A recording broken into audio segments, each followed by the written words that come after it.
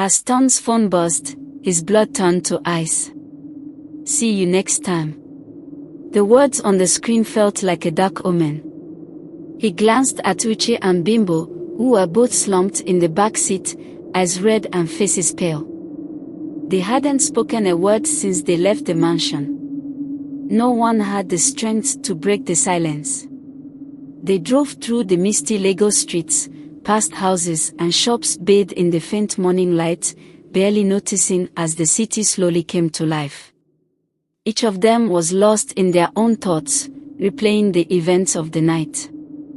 The strange guest, the eerie vibe, Kemi's scream frozen in their minds, and the faces of Damola and Beo in that final, chilling photo. When they reached Bimbo's house, she stumbled out of the car, barely managing a wave before hurrying inside. Uche was next, murmuring a hollow, "Thanks," as he walked off in a daze, leaving Ton alone with his thoughts. The moment Ton closed his door, he sank onto the bed, pulling out his phone. He opened Kemi's last photo again, zooming in on the shadowy faces behind her. There they were, Damola and Beo, like figures from a nightmare, watching her from the darkness. Over the next few days, each of them tried to return to their normal lives, but something had shifted. They were all haunted by the memory of Kemi, her silent scream, and the unsettling reality that no one believed them. The police had dismissed it as an accidental fall, suggesting that she'd had too much to drink and slipped down the stairs. But Tunde, Uche, and Bimbo knew better. The eerie feeling that hung over them that night lingered, scratching at their minds and refusing to let them rest. They began texting each other more frequently, each one admitting in hushed tones that they felt watched. Like eyes were following them in the dark. Sometimes, they would get strange phone calls, just static on the other end. Other times, they'd see an unfamiliar face in the crowd, watching them a bit too closely before disappearing. It all came to a head one evening, about a week after the party, when Ton got a message from Bimbo, "Come to Kemi's house. Something isn't right." When he arrived, he found Bimbo and Uche already there, sitting in Kemi's living room, tense and on edge. Her parents had asked them to clear out her belongings, hoping it might give them some closure. But when Bimbo started going through Kemi's things, she found something disturbing. "Look at this," Bimbo whispered, holding up a small leather-bound notebook. "It's her journal. She was writing about the party before it even happened." Tunde and Uche exchanged confused looks. "What do you mean?" Uche asked. "She wrote about feeling anxious." "Look," Bimbo flipped to a page dated 3 days before the party. Kemi had scribbled, "Nightmares again. Same faces, same house. I know I've never been there, but it feels so familiar. Like they're calling me." A chill ran through the room as they processed her words. "She was dreaming about that place before we even went there?" Ton asked, his voice trembling. "Yes," Bimbo whispered, her face pale. "It's like she knew something was going to happen." As they read through the journal, they uncovered more disturbing details. Kemi had written about having strange dreams of a dark mansion, of shadowy figures watching her, calling her name. She'd felt an inexplicable pull toward the place, a feeling she couldn't shake. It was as if she'd been lured there by something she didn't understand. Suddenly, Ton's phone buzzed again. Another message from an unknown number. It read, "You shouldn't have come back." The color drained from his face as he showed the message to Bimbo and Uche. "This isn't a coincidence. Someone is watching us," he whispered. The room fell silent, each of them feeling the weight of something dark and unseen pressing down on them. "Maybe we should tell someone," Bimbo said, her voice barely a whisper. "Or maybe we should just leave it alone." "No," Ton replied, anger flickering in his eyes. "Kemi's gone because of them. We have to find out who did this. The next day, they started their search. They returned to the mansion in broad daylight, hoping to find some clue, some answer. But when they arrived, it was as if the house didn't exist. Where the sprawling mansion had stood was now an empty lot, overgrown with weeds and trees. Confused, they asked around, but the locals told them the lot had been vacant for years. They even described it as haunted, warning them to stay away. Rumors swirled of past incidents, of people who had come to parties and never returned, each one vanishing under strange circumstances. A chill settled over them as they realized the mansion had been some kind of trap. That night, they met again at Uche's place, fear and tension gnawing at them. As they talked about what to do next, Bimbo suddenly froze, her eyes widening in terror. "Tunde, look at your phone," she whispered, pointing shakily at the screen. Another message. This one was worse than any before. It was a picture, blurry but unmistakable. The three of them, sitting together in Uche's living room, taken from outside the window. Uche jumped up, bolting to the window and yanking the curtains shut, his heart pounding. "How is this even possible?" he gasped. "Whoever it is, they are playing with us," Tunde said, his voice shaking. "They want us to know they are watching." Just then, the power went out, plunging the room into darkness. In the silence, they heard footsteps, soft and slow, moving just outside the door. Each step echoed in their ears, growing louder as the figure came closer. They held their breath, frozen with fear, until the footsteps stopped. Then, after a moment of silence, there was a single knock on the door. Bimbo whimpered, her voice breaking. "This isn't real. This can't be happening." Another knock. Slowly, Tunde stood, motioning for them to stay quiet. He crept toward the door, heart racing, and looked through the peephole. The corridor was empty. He stepped back, fear and frustration boiling over. "They are messing with us. This whole thing, it's a game to them." Suddenly, his phone vibrated. The screen flashed with another message. "This is just the beginning." Kemi was the first. "Soon, you'll join her." As he read the words aloud, an icy realization washed over them. This wasn't just about Kemi. Whatever they'd encountered at that mansion, whoever was behind it, had marked each of them. There was no escaping it, no going back. They sat in the darkness, trapped by the silent promise that hung over them. The party wasn't over. It had only just begun. Days turned to weeks, but Tunde, Uche, and Bimbo remained trapped in their nightmare, each one spiraling in their own way. They tried to find distractions, work, family, anything to take their minds off that fateful night. But the chilling messages continued, always from unknown numbers, each one more unsettling than the last. One evening, Tunde received a call from his childhood friend, Chika. She had heard whispers of the tragedy and was worried, but Tunde brushed it off, saying he was fine.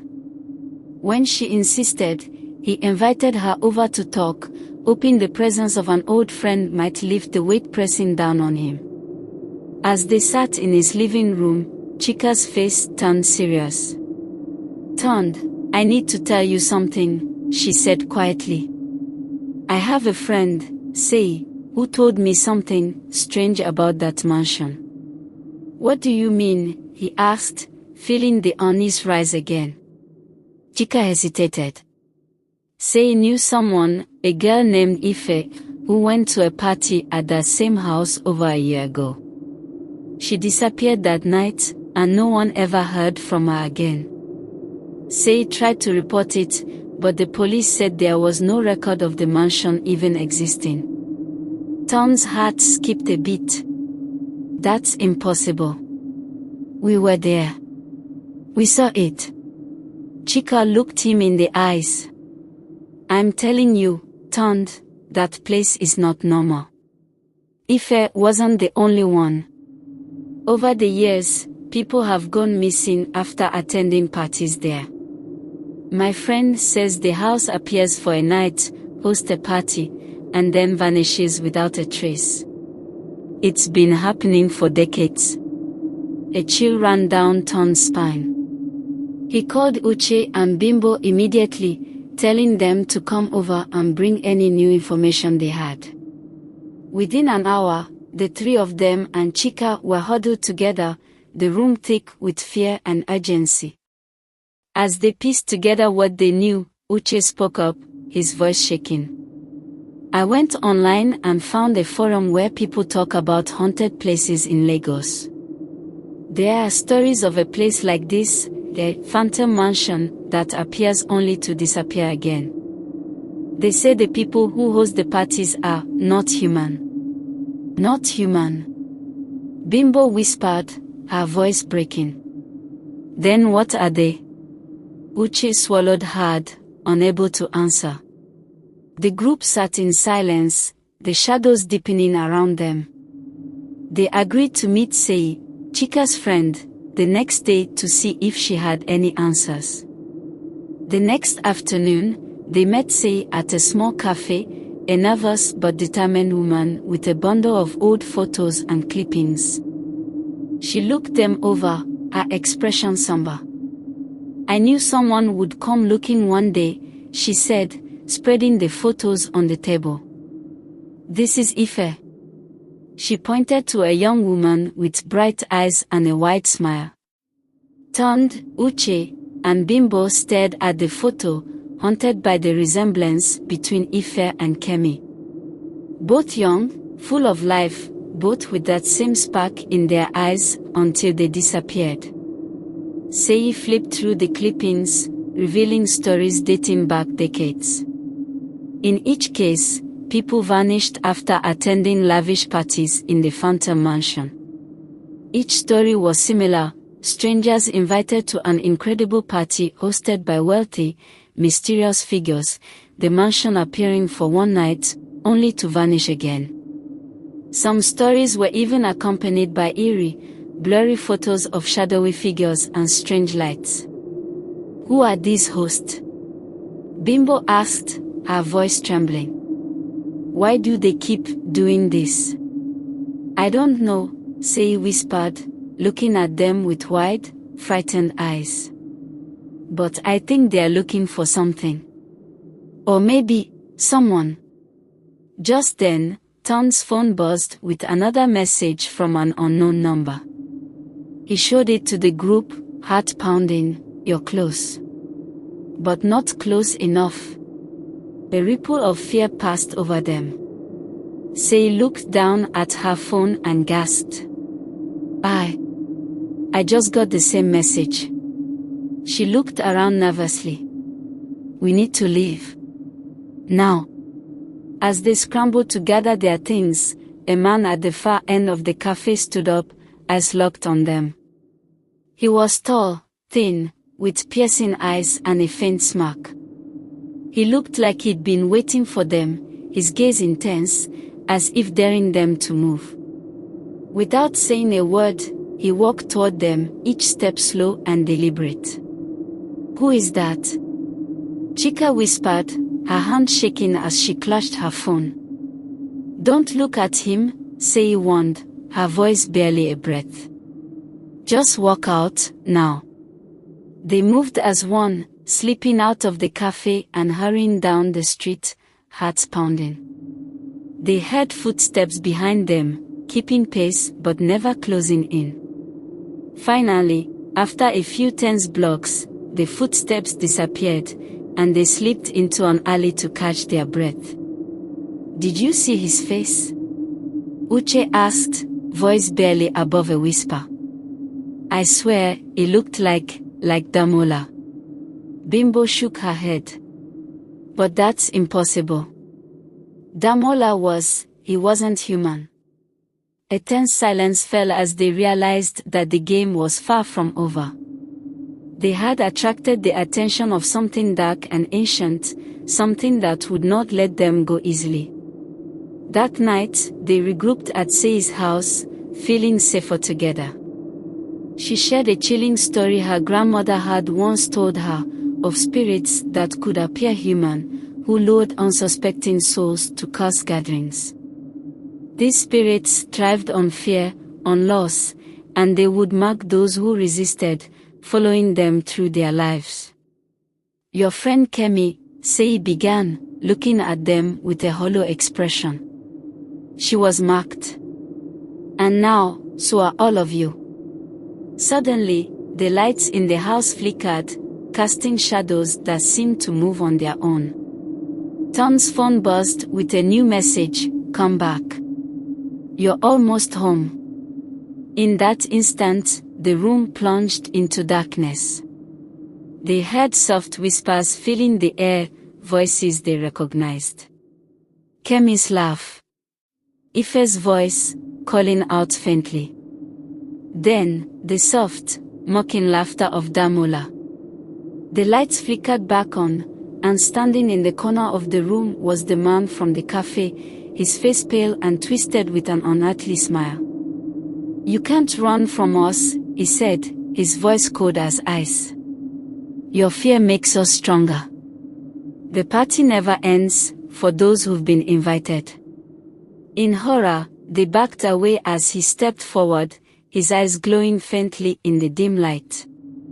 Seyi screamed, clutching a cross around her neck, but the man laughed, unaffected. "There is no escape. You belong to us now."